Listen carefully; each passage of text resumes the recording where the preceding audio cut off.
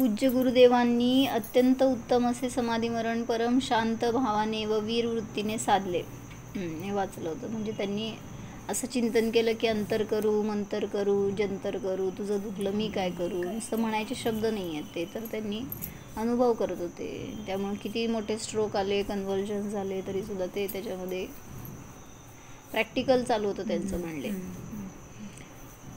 पूज्य वीरसागर महाराजजी 10 मार्चला स्वर्गवासी झाले. काही क्षण वाटले की माझी दिक्सूची हरवली, पण लगेच लक्षात आले मीच माझी दिशा आहे.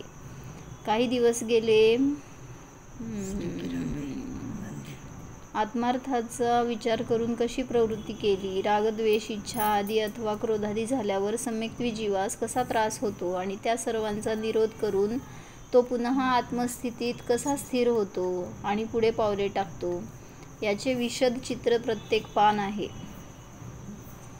जी 2 घडी शुद्धात्म स्वरूपात राहण्याची योग्यता जीवास केवल ज्ञान प्राप्त करून देते, त्या योग्यता प्राप्तीच्या बिकट वाटेवर गुरुदेव कसे चालले याचे त्यात दर्शन झाले.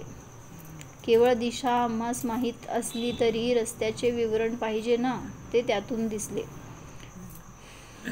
जे आता त्यांनी सांगितलं प्रमाणे शब्द नुसतं काय उपयोगाचे नाही आहे. तुम्ही प्रॅक्टिकली जेव्हा त्याच्यावर अवलंबन करता तेव्हा ते फायदा आहे तुम्हाला. नुसतं म्हणतोय आपण क्षमा तोडणारी, पण क्षमा कधी प्रगटणार, कशी प्रगटणार, कशाला म्हणायचं क्षमा? शब्दात सांगू नका मला, असं भाव सांगा. क्षमा म्हणजे काय असेल?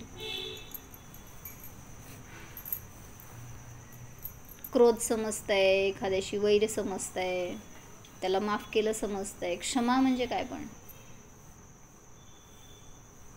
कशाला म्हणायचं? कोणाला त्रास दिलेला असते, कोणाला तरी बाहेरचं सगळं वेगळं, पराच्या दृष्टीनेच नाही. क्षमा म्हणजे काय? स्वतःकडे बघण्याचं का क्षमा का म्हणायचं? स्वतःकडे बघणं क्षमा का म्हणायचं?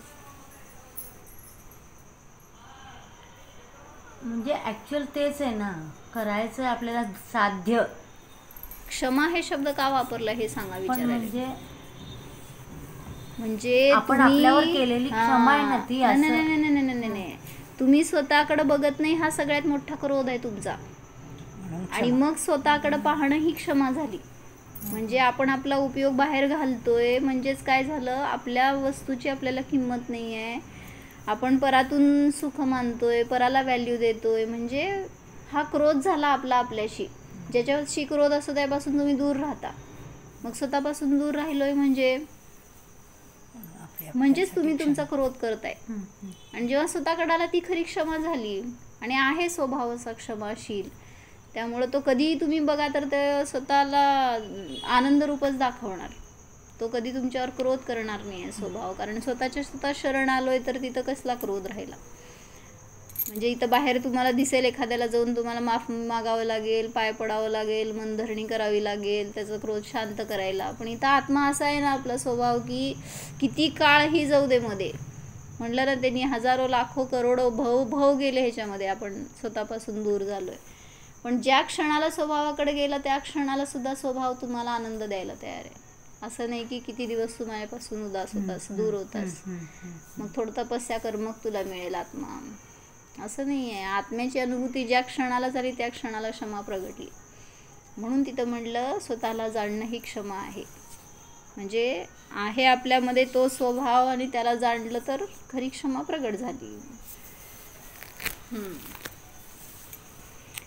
आता मी शुद्ध सिद्ध आहे, पण बाहेर येताच केवळ कषायरूपी वैऱ्यांचे व्यूह आणि कर्मरूपी नक्रचक्रांचे जाळे आहे. नक्रचक्र म्हणजे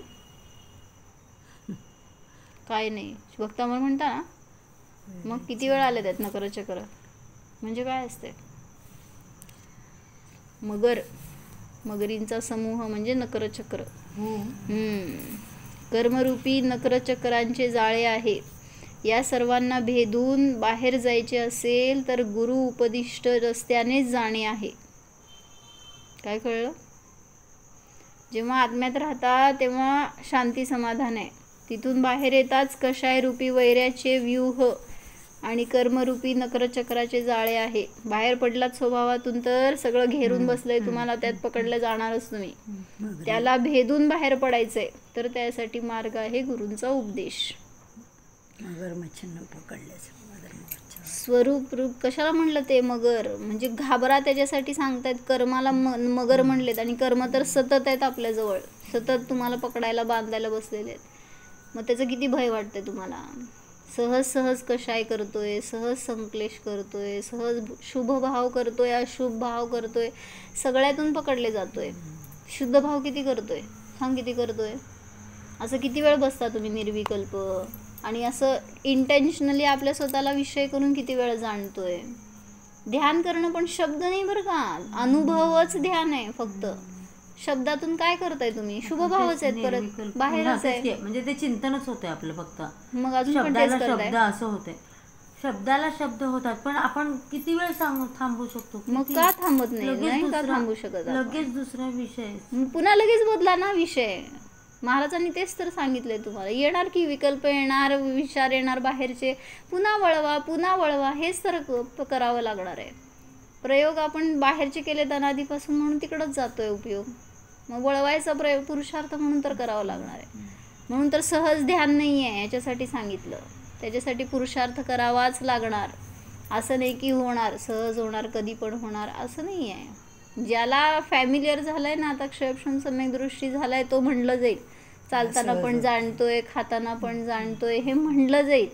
पण पुरुषार्थ केल्याशिवाय नाही आहे तिथं ध्यान, त्याशिवाय अनुभव नाही आहे. प्राथमिक दशेमध्ये तर तुम्हाला बसावंच लागणार, उपयोगाला केंद्रित करावंच लागणार, थोडंसं विषयापासून दूर राहावंच लागणार. बाहेर गेलो ना तरी येतो, म्हणजे जवळ, म्हणजे असं परत विचारानेच बरं का, म्हणजे है ना, जातो की एकदम भरतो, म्हणजे कुठल्या कुठं ज्याचा संबंध नाही तो सुद्धा विषय आलेला हे आपल्याला शिकायचंच नाही आता. म्हणून तर पण आता हे सगळं त्या अननोन लोकांसाठी, अज्ञानींसाठी झालं. आता पुढे गेलाय तुम्ही म्हणल्यावर एवढंच लावायचं की जायला नकोय मी बाहेर, जातो नको, आपला हा विचारच नको. आपली पुष्टी करतोय परत आपण, मी का जातोय, मी जायला नकोय बाहेर. मला त्या कुठल्या कशायत, कुठल्या विभावात, कुठल्या दुसऱ्या भावात जायलाच नकोय मी. एवढं स्वतःला ओढून काढा. स्वतःचाच विचार मी करायला पाहिजे, स्वतःचा अनुभव करायला पाहिजे, निर्णय करायला पाहिजे. एवढं ठाम करायचं स्वतःशी निर्णय आपण, तर उपयोग आहे. नाही तर काय आपण तत्वज्ञान नुसतं वाचून हे असंच शब्दच राहणार आहेत फक्त. हे भाऊ संपला, सांग कुठं जाणार, पुढं जाऊ घेऊन. शब्दाचा भार राहतो फक्त. मग तिथं तर ते बी राहणार नाही. सगळं इथून जाईसपर्यंत संकलेशामध्ये सगळं विसरून जाणार आहे. शब्दात जाऊ नका, शब्दाच्या भावाला धरा, तेवढंच जाणार आहे पुढं ज्ञानातून. म्हणून त्या ज्ञानाला पाहायचा प्रयत्न करायचं. म्हणून पर्पजफुली काय म्हणायचं, कंपल्सरी बसा ध्यानाला. नाही होत तरी बसा, पण बसल्याशिवाय नाही लागणार उपयोग आपला. सोडा तेवढं वेळ काम तुमचं. सकाळी सकाळी छान फ्रेश असताना ध्यानाला बसा, उपयोग लावायचा प्रयत्न करा. होणार आपल्याला. काय अवघड अशक्य गोष्ट नाही आहे. कधी बसत नाही म्हणून माहीत नाही आहे, बसल्यावर का नाही येणार. किती वेळ बसतोय, आणि तेवढं निर्विकल्प बसायचं नाही, मला हे वेळ माझ्यासाठीच द्यायचं आहे, एवढं ठरवून बसायचं. होणार आपल्याला. आणि एक आनंद वेगळा येतो त्याचा, म्हणून घ्यायचा अनुभव तो. स्वाध्यायाचा आनंद वेगळा, पण त्याच्यापेक्षा वरचा आहे ते स्टेप, कारण ते आपल्यापर्यंत नेत आहे आपल्याला. स्वाध्याय म्हणजे अजून तुम्ही बाहेर राहता. म्हणजे म्हणले ना, म्हणून मी आज जेव्हा पूजा केले ना, असं जोडून टाकलं होतं मी स्वतःला भगवंतांशी. मला दुसरं काय विचारच करायचं नाही. एवढं छान लय लागली होती ना माझी. आणि त्यात येऊन निर्मला काकींनी हाक मारली. मला ते असं विकल्प व्हायले, पण मी त्यांना थांबवलं ॲक्च्युली. परत माझी पूजा केली पूर्ण, पण ते एकदा तोडलं ना ते विचारातनं, मग शेवटी मी थांबवली पूजा आणि त्यांच्याशी बोलले पहिल्यांदा. मग त्यांना काय जायचं होतं म्हणल्यावर. जे मला म्हणायचंय, करा ना एकदा तरी. सतत आहेच की तुमच्या मागं काम नाही आहे का, पण लावावं लागतो आता शेवटी उपयोग. जेवढा वेळ बसणार आहे ना देवाच्या जवळ, तेवढा वेळ त्यांच्याशीच बस. मला दुसरं काय विचार येऊ नये, घरात काय गरम करायला ठेवलंय, कुलूप लावलंय का, कोण आहे का, गेलंय का, कशाला तसले विचार घेऊन जायचं तिथं. 10 मिनटं बसताय ना, तेवढं प्रामाणिकपणे त्यांच्यासोबत राहा, आपल्यासोबत राहा, बघा आनंद येणार. असं वेगळ्या जगात गेल्यासारखं वाटायला तर मला तेवढं वेळ. तुम्ही समोर होता तरी मला कोण दिसत नव्हतं, फक्त भगवान दिसत होते. मी तीनदा मागं बघतेय, लक्षच नाही. मला फार आनंद आला आज खरं पूजा करताना. मी असं ठरवलं होतं की बस कारण इतर वेळेस तिकडं पळापळी करत पूजा असती ना, म्हणलं आज नको, आपल्याला छान आपण आनंदाने अनुभव करत पूजा करू, असा विचार आला. म्हणजे करायला पाहिजे तसा, त्याच्याशिवाय काय सुख नाही. स्वरूपरूपी तीक्ष्ण तलवार घेऊन सर्व ताकदीने त्यांचा ध्वंस करायचा आहे. कुठल्याही विघ्नासाठी थांबायचे नाहीच. मरणाच्या क्षणी तर तिळभरसुद्धा हटायचे नाहीच. झुंजायचे आहे, जिंकायचेच आहे. कसं फेस करणार सांगा मरणाचा समय आपण? आत्ता आपण म्हणतोय चांगला असताना ध्यान करू शकत नाहीये, बसत नाहीये. ते किडान मुंगी त्याला सुद्धा किती घाबरतो आपण. म्हणजे मला माझं वाटतं आता अलीकडं काय आपण किती घाबरतो स्वतःच्या जीवाला. परवा काय कुठनं त्या देवळातनंच बाहेर पडलो तुम्ही, मला माहीत नाही माझ्या साडीवर काय आहे काय नाही ते, पण असा स्पर्श झाला ना पटकीने टाकून दिलं ना, ओरडले मी. म्हणजे खरं तर मंदिरातनं बाहेर पडून घरी चालले होते आणि तो काय असेल ते म्हणजे त्रास देणारं पण नसेल कदाचित, पण ते पडलं खाली आणि मी असं म्हणजे अशी हे होत घरी गेले. आपण किती घाबरतो आपल्याला. बापरे म्हटलं जीवाला म्हणजे काय राहिलं पण म्हणजे जीवाला काय भय होतं तिथं. म्हणजे काही ना तरी झालं असतं, चावलं असतं काय असं. म्हणजे मी असं सारखं करत गेले घरी जाऊन साबणाने हात. आता काय करावं म्हणजे किती त्या शरीराशी मोह झालाय. ते शरीर म्हणजेच मी, त्याला काय झालं असतं तरी मलाच काहीतरी झालं असतं. मग आज त्यांनी तेच सांगितलं नाही अजून. त्यांनी तेच सांगितलं आज इन्सिडन्स की ती कोणीतरी लहान मुलगी आहे आणि तिला 4th स्टेज कॅन्सर आहे आणि ब्लड कॅन्सर आहे आणि काय त्यातनं बाहेर पडायचे चान्स नाही आहेत. फक्त 9वीला आहे मुलगी आणि त्यांच्या आईवडिलाच्या डोळ्यात सतत पाणी आहे. मग त्यांना कसं संबोधन करायचं, त्या मुलीला कसं सांगायचं, अजून इतक्या लहान वयात तिला इतकं फेस करावं लागतंय असं त्यांचं ते विचारत होते मला. मग म्हटलं अशा वेळेस मोह करून उपयोग नाही. त्यांना स्थितीकरणच द्यावं लागणार आणि त्या जीवाचं भाव सुधारायचं तर तिला आपल्याला उपदेश द्यावा लागणार आहे. असं नाही की त्यांना वाईट वाटतंय आपण सांगायला गेलं तर. म्हणजे स्वीकारायला पाहिजे आता जे समोर आलेलं आहे ते. असं कोणाचा विचार करून आपण त्याला का चिंतनातून तोडायचं त्या जीवाला. ते लहान नाही आहे, जीव आहे तो, लहान नसतो मोठा नसतो. तुम्ही उपदेश द्यायचं कार्य तुमचं, मार्गदर्शन करायचं कार्य तुमचं आहे. म्हणून मला घेऊन चला, मी सांगते म्हटलं त्यांना. म्हणजे कसं एखाद्या जीवाचं, त्या जीवाची परिणती खूप चांगली आहे म्हणे. एवढं लहान असताना सुद्धा तिला अनेक वेळा महाराजांचं आमांचं सानिध्य मिळालंय कुठल्या. तिला असे दानाचे भाव, पूजेचे भाव आहेत, सगळं करण्याची ऐकण्याची वृत्ती आहे. फक्त तिला पण असह्य वेदना आहे, ते लोळत बसती म्हणे ती एवढं तरी त्रास व्हायला लागल्यावर. मग पण जेव्हा कोण सांगते त्यावेळेस खूप चांगलं ऐकती म्हणे. मग म्हणलं आहे ना दिशा उलट, म्हणलं तिला साधायचं आपण मार्गदर्शन करायला पाहिजे. ध्यान सांगा म्हणलं, तुमचं फोनवरून बोलणं होत असलं तर कसं चिंतन करायचं ते सांगा. वेदना होत असताना काय विचार करायचं ते सांगा. माहीत नसतं म्हणून अज्ञान असतंय हो. आपण द्यायचं आपल्याला माहिती असलेलं ज्ञान. शेवटी त्यांची योग्यता, जसं चांगलं साधू शकले तर चांगलंच आहे. भाव सुधारला त्यांचा आणि आहे एवढं कल्याण करण्यासारखं मिळालं आहे आपल्याला. सानिध्य आहे, शरीर आहे, बुद्धी आहे. जेवढं उपयोग होईल तेवढं करायचं आपण आपल्याकडनं. त्यांचा होईल उपयोग. म्हणजे मरण समोर आल्यावर सगळं काय तत्वज्ञान 0 होतंय तुमचं. म्हणून त्याच्यासाठी आत्ता चांगलं असताना उपयोग करा हे सांगायला लागले. विचार कर की आपल्याला आत्ता या समयाला समजलं मरण येणार आहे, काय विचार करणार हो तुम्ही? सगळे पराचे विचार राहतील डोक्यामध्ये. मग परासाठी जगायचं आहे का आपल्याला? मी माझ्यासाठी किती जगलो विचार करा की. म्हणजे त्या तृप्तीभाबी ध्यान शिबिराला बसल्या हो यावेळेस. आणि त्यांच्या घरामध्ये त्या आता काय म्हणायचं, म्हातारे आज सासू सासरे आहेत आणि त्यांनी त्यांचे मिस्टर आणि मुलगी वगैरे. म्हणले आता आयुष्य काय लग्न झाल्यापासून म्हणा आतापर्यंत झटायचं काम चाललंय फक्त घरासाठी, लोकांसाठी. ते 10 दिवस ध्यानाला बसले तर त्यांनी त्यांचा एक्सपिरियन्स सांगितला. म्हणले मी आजपर्यंतच्या लाईफमध्ये स्वतःसाठी वेळच दिला नव्हता. म्हणले मी आत्ता स्वतःसाठी जगले असं वाटलं म्हणल्या 10 दिवसात. म्हणजे मला समजलं की काय असते स्वतःसाठी जगणं. मी कधी आजपर्यंत माझ्यासाठी जगले नाही. म्हणजे हे राहून जात आहे आपलं. मग आपलं आयुष्य आत्ता संपलं तर कधी जगला हो तुम्ही स्वतःसाठी? बास सगळ्याचा विचार बाहेर कोणाचं नको. आता मला माझ्यासाठी जगायचं एवढं एम ठेवा, तसं जगा तर मिळणार आपल्याला आपलं ध्येय साध्य. करावं लागणार आहे हो. काय म्हणायचं, अभ्यास रूपाने करावं लागणार आहे प्रयोग तुम्हाला.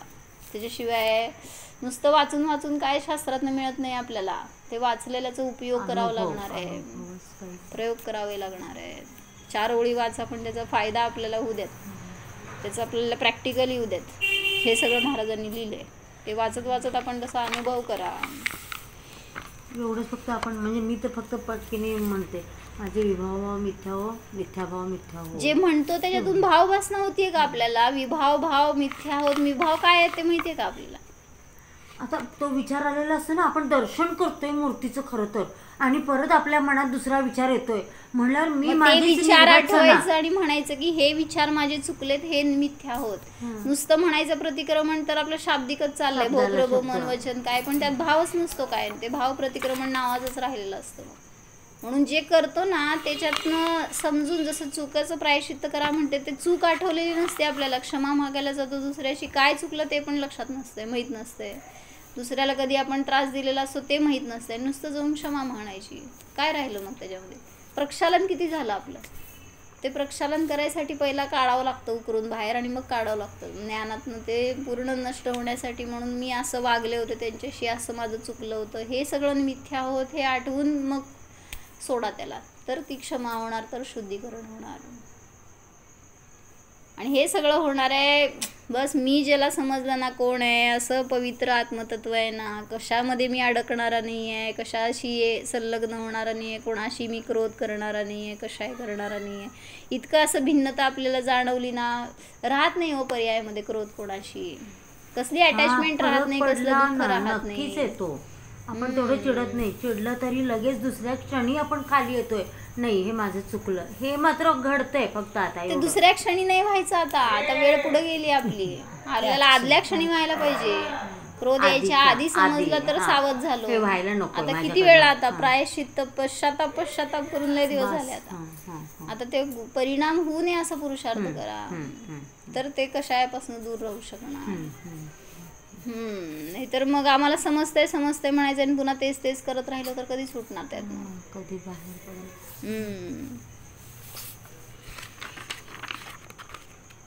शुद्धत्व अनुभवून सिद्धत्वाकडे जाणाऱ्या मार्गावरून चालणाऱ्या गुरुचरणांचे ठसे या डायरीत पानोपानी आहेत. त्यांनी हे एक वाक्य छान लिहिलं, ह्याला डायरी म्हणू नका. त्यांचं लघुता होती महाराजांची की त्यांनी डायरी म्हणलं, दैनंदिनी म्हणलं, हे त्यांचं जीवन आहे म्हणले.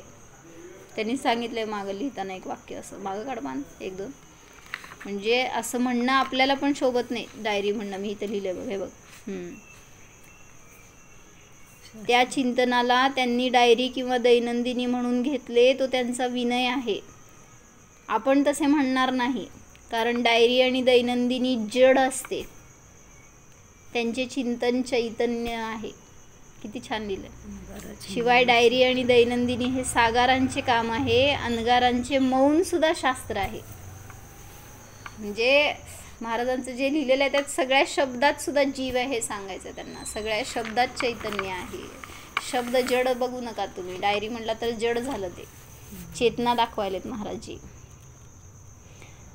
केशरिया व्रत घेऊन निघालेल्या झुंजार राजपूत वीराप्रमाणे आम्हाला गुरुदेवांची वीरवृत्ती, गुरुदेव म्हणजे वीरसागरजी महाराज, वीरवृत्ती या डायऱ्यांतून मार्गदर्शन करते. बोधिलाभ व समाधी मरण याकडे घेऊन जाते.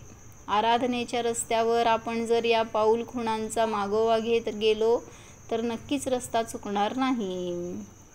प्रत्येक डायरीतून तसेच अनेक प्रतिपादनातून 4थ्या गुणस्थानात जीव आत्मज्ञ होतो. प्रथम आत्मानुभूती 4थ्या गुणस्थानात प्रगट होते. याबद्दल पुन्हा पुन्हा सांगितले. कोणी सहमत होत, कोणी टीका करत. बंधूंनो, मी येथे माझा सत्य अनुभव सांगू इच्छिते, कारण तो अनाठायी नाही. कोणी माना न माना, कोणी काही खेदही नाही, परंतु पूज्य वीरसागरजी महाराजांचे वचन केवळ सत्यच होते याची एक लहानशी साक्ष आहे, म्हणून येथे लिहित आहे. वयाच्या 15-16व्या वर्षापासून मनात जीव तत्वाबद्दल जिज्ञासा जागी झाली होती. काय आहे जीव, कसा आहे आत्मा, मन शोध घेतच होते. बायोलॉजी जीव अजीव सांगत होती.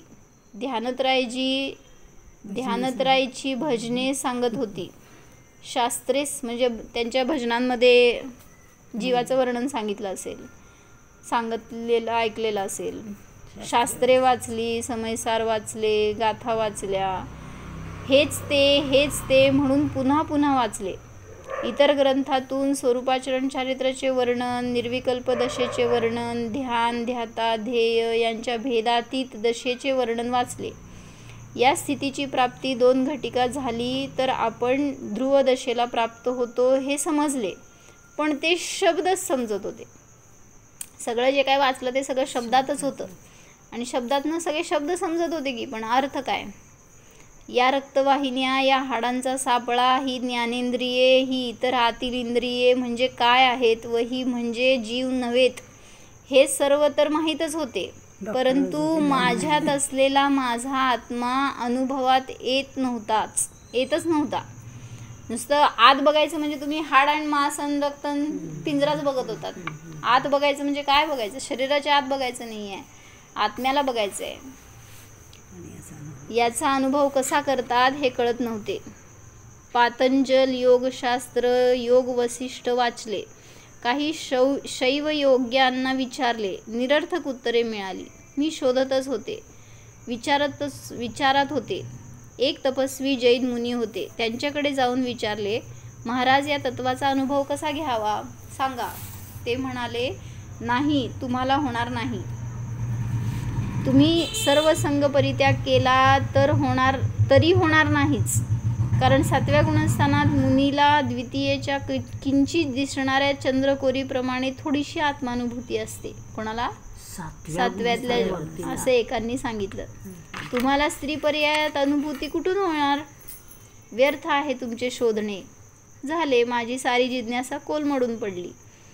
अत्यंत विफल अशा या जन्माकडे पाहून मनात निराशा दाटली आणि नकळत डोळ्यातून अश्रू व्हायला लागले. थांबावयाचीही इच्छा होत नव्हती, तशीच उठून घरी परतले. असेच काही दिवस गेले. एका पहाटी स्वप्नात 2 मुनींचे दर्शन झाले. त्यांचा चेहरा, डोळे, कानांची ठेवण, स्मितहास्य, डोके सर्व स्पष्ट होते. एक जण लांब पल्ल्याची पावले टाकीत चालले होते व दुसरे वृद्ध मुनी उत्तराभिमुख बसले होते. त्यांनी माझ्या भ्रूमध्यावर बोटे ठेवून नमोकार मंत्राचा बोध दिला. जाग आली. वाटले अशीच येतात स्वप्ने. काय त्यांचे स्वप्न असते? महाराज नाही आहेत हे लिहिलेले कोण आहेत? विदुलता भाऊन आहेत ना, त्यांनी त्यांचं मनोगत सांगतात महाराजांबद्दल. नाही, त्रिशला नाडगौडा पाटील त्यांचं आहे. पुन्हा काही दिवस गेले. सोलापूरला काही कामानिमित्त जाणे झाले होते. कुंथलगिरीला जाऊन दर्शन पूजा करून दुसऱ्या दिवशी परत चाललो होतो. संध्याकाळचे 4:30-5 झाले होते. सेठ रतनचंद शहा म्हणाले, येथे जवळच शुक्रवार पेठेत मंदिरात एक महाराज आहेत, दर्शन करून जा. आणि अहो काय आश्चर्य, डोळ्यांवर स्वतःचा विश्वास बसेना. हेच ते मुनी महाराज ज्यांचे स्वप्नात दर्शन झाले होते.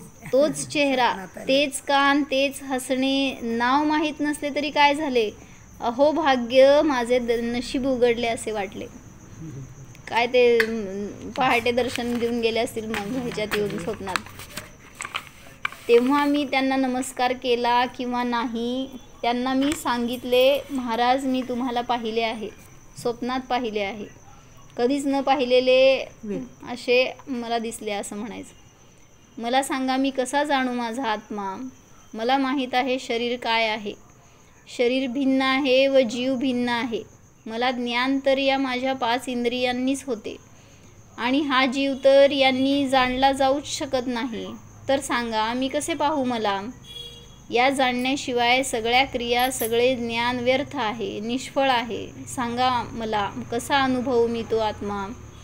गुरुदेव म्हणाले, अगदी सोपे आहे हे. बघा या भिंतीकडे, निळी भिंत आहे. बघा, आता डोळे मिटा, आत पहा. आहात ना? पुन्हा पहा बाहेर, डोळे बंद. पुन्हा पहा बाहेर, डोळे बंद करा आणि पहा आत. पाहिले ना? मी म्हटले हो. गुरुदेवांनी विचारले, कसे पाहिले? डोळ्याने, कानाने, स्पर्श करून? नाही, तुम्हीच तुम्हाला पाहिले. मतिश्रुतज्ञानपूर्वक न्यायक वेदक रूप स्वला स्वनेच पाहिले ना? असेच पुन्हा पुन्हा पाहायचे आहे. अहो काय सांगावे, सद्गुरूच्या उपदेशाने अपूर्व सामर्थ्य. क्षणात मी मला प्रत्यक्ष जाणले. जसा आहे तसा आत्म्याचा अनुभव क्षणकाळात करविला. पहिलं दर्शन, पहिले शब्द, काय शक्ती त्या शब्दामध्ये, मग किती सहज त्यांनी सांगितलं. आणि जो भिंतीला जाणतोय तो मी आहे, मग त्या भिंतीला नाही तर स्वतःला जाणा, जो जाणतोय त्याला जाणा, किती सहज त्याने दाखवून दिला आत्मा. अहो काय सांगावे, सद्गुरूच्या उपदेशाचे अपूर्व सामर्थ्य. क्षणात मला प्रत्यक्ष जाणले, जसा आहे तसा आत्म्याचा अनुभव क्षणकाळात करविला. आकाशासारख्या निर्लेप तत्वाचे अनुभव करवून या जीवावर परमगुरूने आश्चर्यकारक उपकार केले आहेत.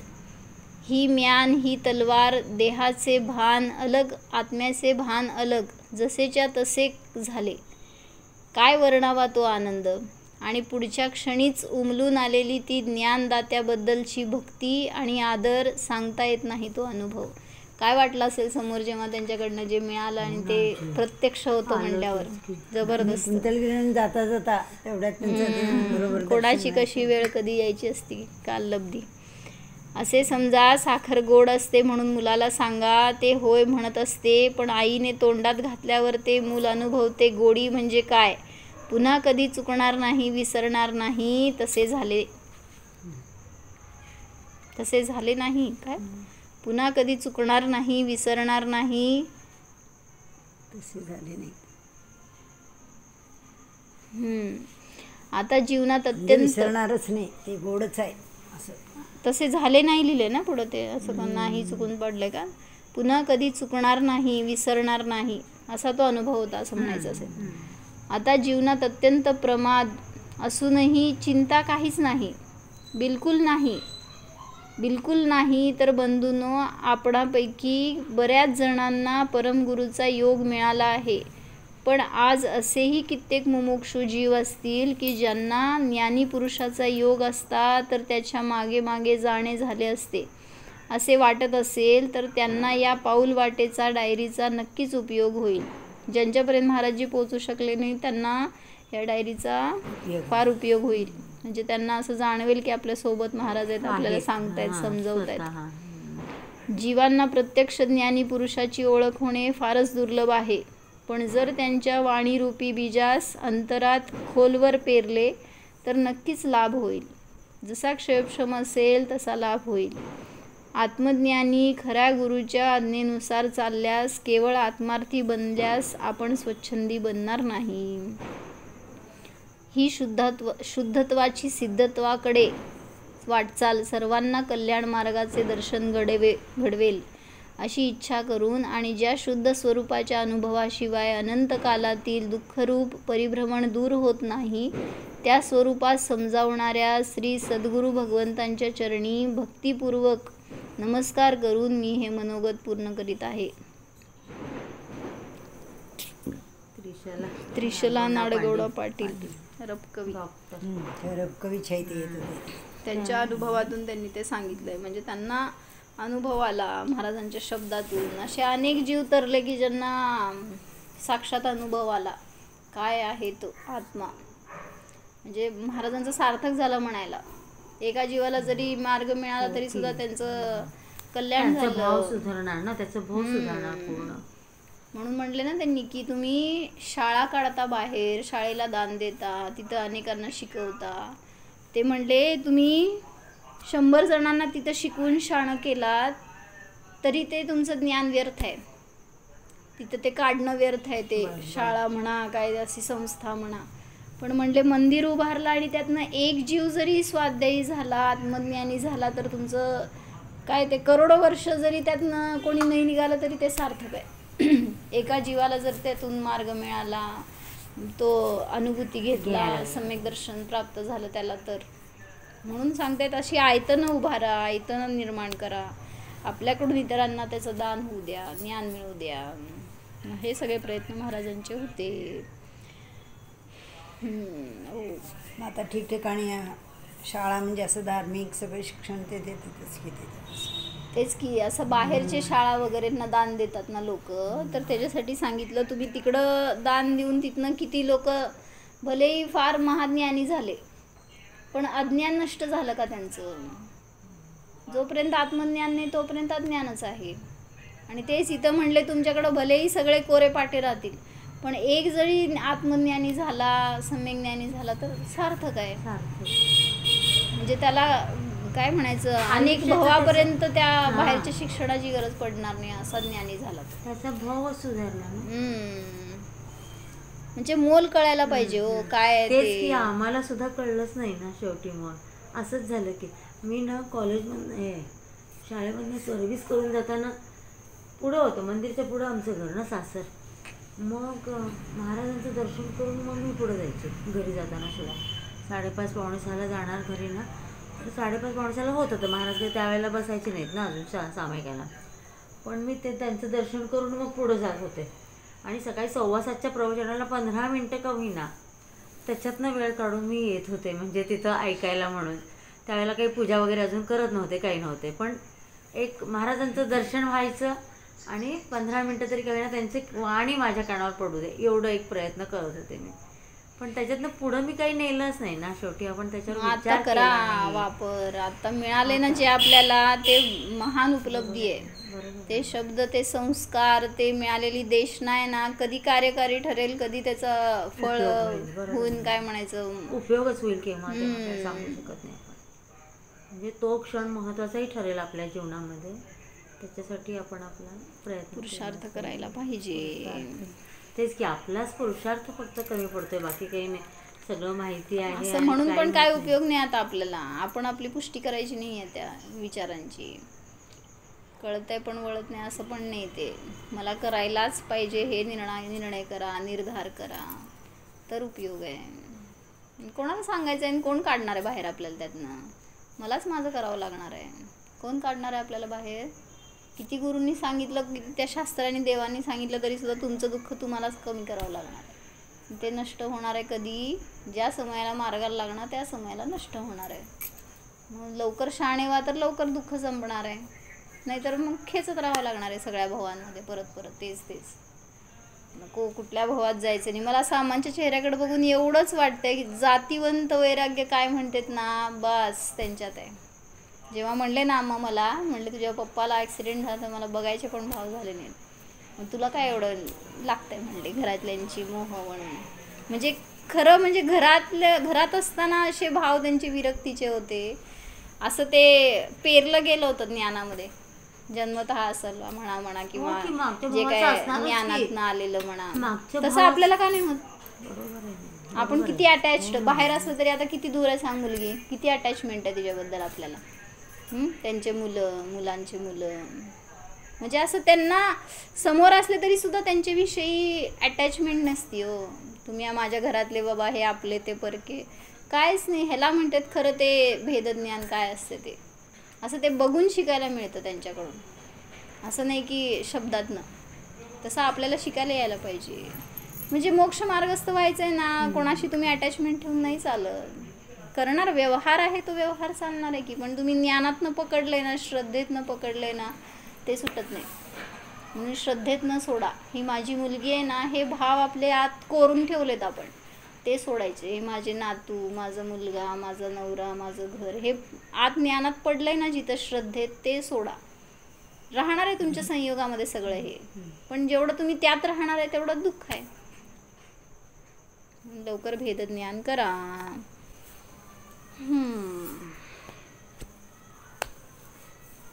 जाणा. आमीन. सर्व द्रव्यांपासून, सर्व संयोगांपासून, सर्वथा सर्वदा भिन्न जीव आहे. शुद्ध, पवित्र, निर्मळ आत्मतत्व आहे.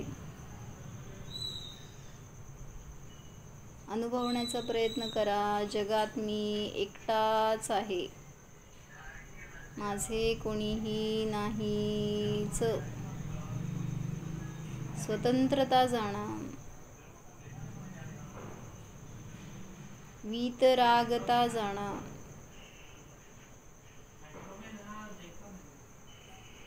ज्ञान स्वभावात रहा. मी म्हणजे ज्ञान, ज्ञान म्हणजेच मी.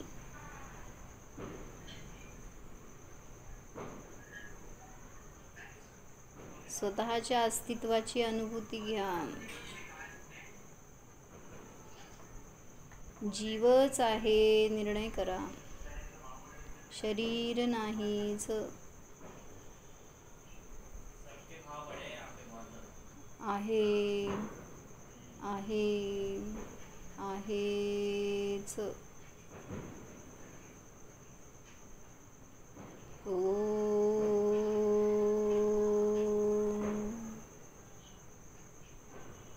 विसर्जन.